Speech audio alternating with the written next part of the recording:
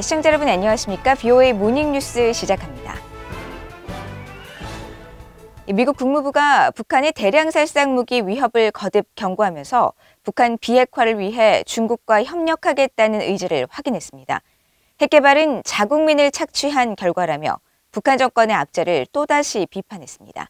첫 소식 조상진 기자가 보도합니다. 미국 국무부가 북한 비핵화 과정에서 중국이 중요한 역할을 해줄 것을 기대했습니다.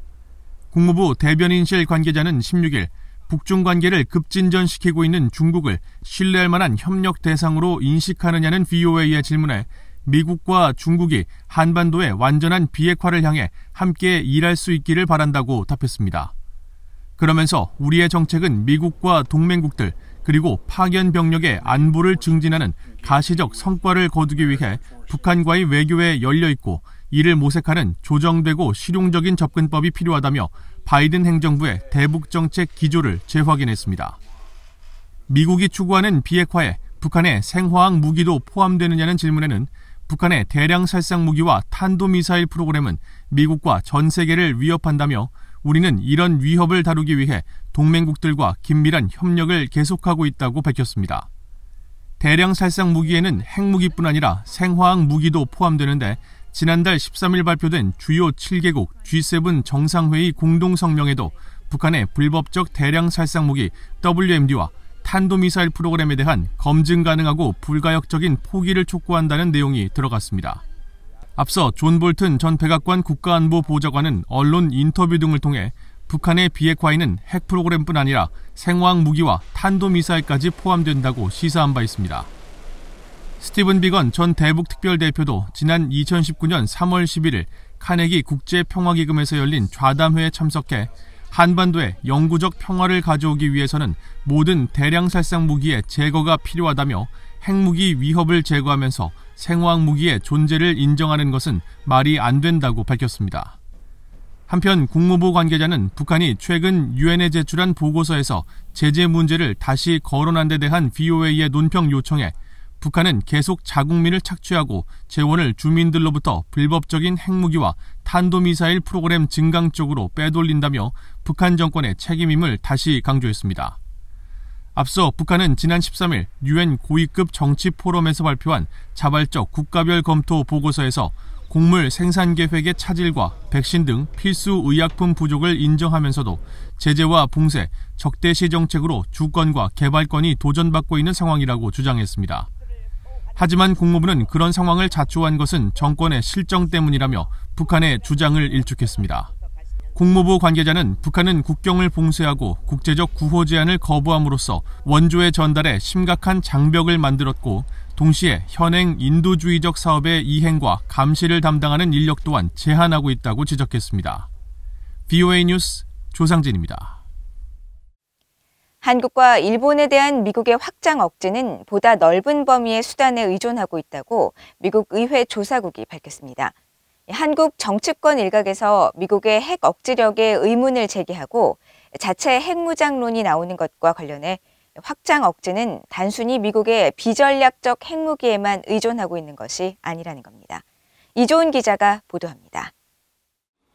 미국 의회 조사국은 지난 15일 공개한 비전략적 핵무기 보고서에서 최근 미국의 핵무기 정책 논의는 확장 억지와 안심에서 미국의 비전략적 핵무기의 역할을 다시 강조하고 있다고 밝혔습니다. 비전략적 핵무기는 B-61-12와 같은 전선의 적을 무력화하는 용도로 개발된 저위력 핵폭탄으로 과거 냉전 시절 전술 핵무기를 의미하는데 의회 조사국 보고서는 동맹국들이 미국 핵무기를 신뢰하지 못할 경우 자체 핵무기 보유의 필요성을 느낄 수 있다고 주장하는 분석이 많다고 지적했습니다. 특히 이런 계산은 중국, 북한과 같은 핵으로 무장한 이웃나라로부터 위협에 직면한 한국과 일본에서 분명할 수 있다고 밝혔습니다. 그러면서 최근 몇 년간 한국의 일부 정치인들은 북한의 핵개발과 실험에 대한 대응으로 미국의 비전략적 핵무기의 한반도 재반입이나 한국의 자체 핵개발을 주장해왔다고 지적했습니다. 의회 조사국은 이런 견해가 현재 한국 정부의 지지는 못 받았지만 일각에서는 미국의 안전보장이 취약하다고 볼 수도 있다는 점을 보여준다고 밝혔습니다. 그러나 확장 억지력은 단순히 미국의 비전략적 핵무기에만 의존하고 있는 것이 아니라는 분석이 많다고 보고서는 강조했습니다. 확장 억지는 미국의 비전략적 핵무기를 넘어서 동맹에 대한 안심 노력 등 보다 넓은 범위의 수단에 의존하고 있다는 겁니다. 예를 들어 최근 몇 년간 미국과 한국은 미한 확장 억지 정책위원회에 참여했고 미국과 일본은 영내 안보 문제를 논의하기 위해 미일 확장 억지 대화를 추진해왔다고 보고서는 밝혔습니다. 또 미국은 필요할 경우 전장에서 전력 투사 능력을 보여주기 위해 한국과의 연합군사훈련에서 폭격기를 투입하기도 한다고 덧붙였습니다. 의회조사국의 이번 보고서는 바이든 행정부가 핵태세 검토를 통해 전임 트럼프 행정부가 추진했던 잠수함 발사 탄도미사일과 해상 발사 순항미사일을 위한 두 종류의 신형 저위력 핵탄두 획득 계획을 재고할 가능성이 거론되는 가운데 나왔습니다. 의회조사국은 특히 트럼프 행정부 시절인 2018년 핵태세 검토 보고서에 따른 신형 해상발사 순항미사일 배치 제한은 적어도 부분적으로는 북한의 핵미사일 프로그램이 미국의 동맹국들에 가하는 위협에 대처하기 위한 것이라고 밝혔습니다. 이런 가운데 일각에서는 비전략적 핵무기는 안전 등의 문제가 없어 미국이 관련 정책을 변경해서는 안 된다고 주장하는 반면 반대 측은 러시아와 중국, 북한의 도전에 대응해 비전략적 핵무기 배치를 확대해야 한다고 주장하고 있습니다. VOA 뉴스 이존입니다.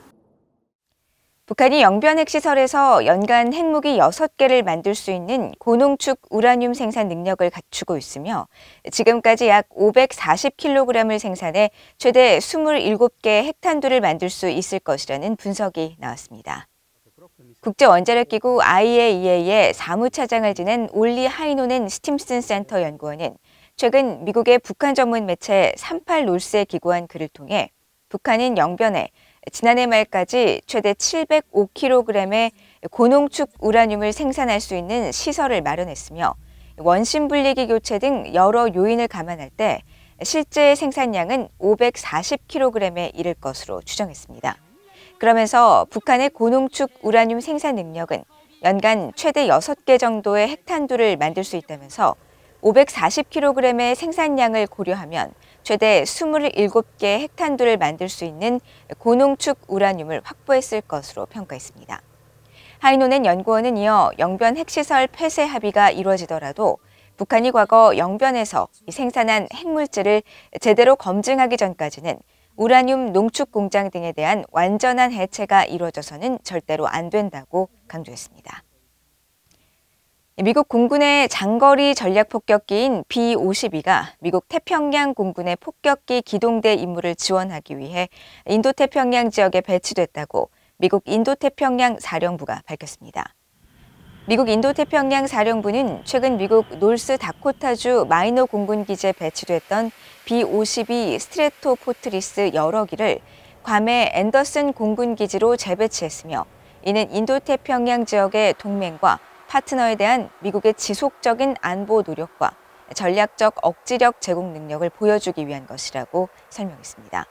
아울러 이번 배치를 통해 B-52가 호주군과의 양자 훈련인 탈리스만 세이버 훈련을 지원할 것이라면서 영내 어디서나 발생할 수 있는 적국의 위협에 대응하기 위한 것이라고 강조했습니다.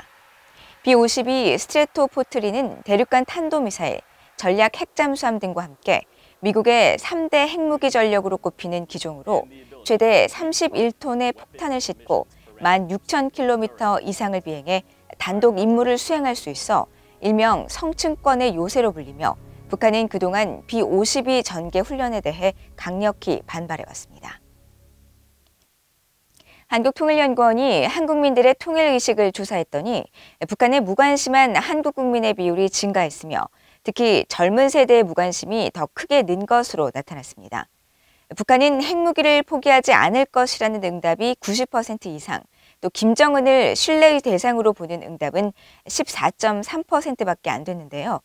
북한의 핵개발 지속 상황에서 대북 지원 반대 의견은 80%에 육박했고 또 주한미군 필요성에 대해서는 90% 이상이 필요하다고 응답했습니다. 함지아 기자입니다. 한국 정부 산하 국책연구기관인 통일연구원이 최근 발표한 한국 성인 남녀들의 통일의식 조사 결과 응답자의 61%가 북한에 대해 관심이 없다고 답했습니다. 특히 1991년 이후 출생한 이른바 밀레니얼 세대는 4명 중 3명꼴인 74%가 북한에 무관심하다고 답해 지난 2015년 66.7% 이후 꾸준히 느는 것으로 나타났습니다. 1990년대 말 국제통화기금 IMF 외환위기를 겪은 세대는 북한의 무관심이 68.3%, 고령층인 전쟁 세대는 52.9%가 북한에 무관심하다고 답했습니다. 또 북한을 지원, 협력, 경계, 적대 중 어떤 대상으로 생각하느냐는 질문에는 경계 대상이란 답변이 69.8%, 적대 대상이 56.2%를 기록했으며 협력 또는 지원 대상이란 대답은 각각 50.8%와 37.6%로 집계돼 북한과의 관계를 적대적으로 인식하는 경향이 더 큰 것으로 나타났습니다. 또 북한이 핵을 포기하지 않을 것이라는 응답은 90.7%로 나타났으며 북한의 김정은 정권이 대화와 타협이 가능한 상대라고 생각하느냐는 질문에는 14.3%만이 그렇다고 대답해 낮은 신뢰도를 보였는데 남북 정상회담이 열렸던 2018년 26.6%보다 11.7%포인트나 하락했습니다. 북한이 핵무기를 개발한다고 해도 대북 지원은 계속해야 한다는 진술에는 78.6%가 반대했고 찬성은 21.5% 수준이었습니다. 미한 동맹과 관련해서는 필요하다는 응답이 93.8%였고 주한미군이 필요하다는 응답도 90.3%를 기록해 한국 국민들은 미한 동맹과 주한미군의 필요성에 거의 모두 공감하는 것으로 확인됐습니다. 전쟁 세대, 60대 이상과 젊은 세대가 이제 보수라는 측면에서 같지만 그 결이 좀 많이 다르다고 생각을 해요. 고령층에서 북한을 상당히 좀 무서운 그런 상태, 어떤 북한에 대한 공포, 이런 것이 있는 반면에 젊은 세대에서는 이제 혐오 혹은 무관심으로 이제 나타나고 있다고 생각을 하고요. 이번 조사는 한국통일연구원이 한국리서치에 의뢰해 지난 4월 26일부터 5월 18일까지 한국의 18세 이상 전국 성인 남녀 1,003명을 대상으로 대면 면접 조사를 실시한 것으로 95% 신뢰 수준의 표본 오차는 플러스 마이너스 3.1%포인트입니다. BOE 뉴스 함지아입니다. 탈북민 출신으로 한국 국회 제1야당인 국민의힘 소속의 지성호 의원은 19일 국회의원회관 1층 국회 전시회장에서 인간의 조건이라는 제목으로 8월 3일부터 한 달간 북한 인권 주제 전시회가 열릴 예정이었지만 국회 사무처에서 평양미술대학 출신 탈북민 작가인 최성국 씨의 작품 5점이 특정 이념이나 정치적 내용 전달이 목적이라며 전시 불허를 통보해왔다고 밝혔습니다. 그러면서 북한 주민들의 실상과 인권을 그대로 보여주는 작품에 정치적 편향성이 있다고 판단하는 자체가 놀라울 따름이라고 비판했습니다. 최성국 작가의 작품은 유엔 인권 보고서에 명시된 북한 인권 실상을 토대로 그린 것으로 국제인권단체 휴먼 라이츠 워치에서 발표한 북한 인권 보고서에서도 실렸던 것으로 알려졌습니다. 이에 대해 한국 국회 사무처 측은 BOA에 최성국 작가의 작품이 예술작품으로 볼 수 있느냐는 문제가 있어 전시를 불허했지만 외부 전문가를 초빙해 심의를 연 뒤 전시 여부를 다시 결정할 예정이라고 밝혔습니다. 이상으로 BOA 모닝뉴스를 모두 마칩니다. 시청해주신 여러분 고맙습니다.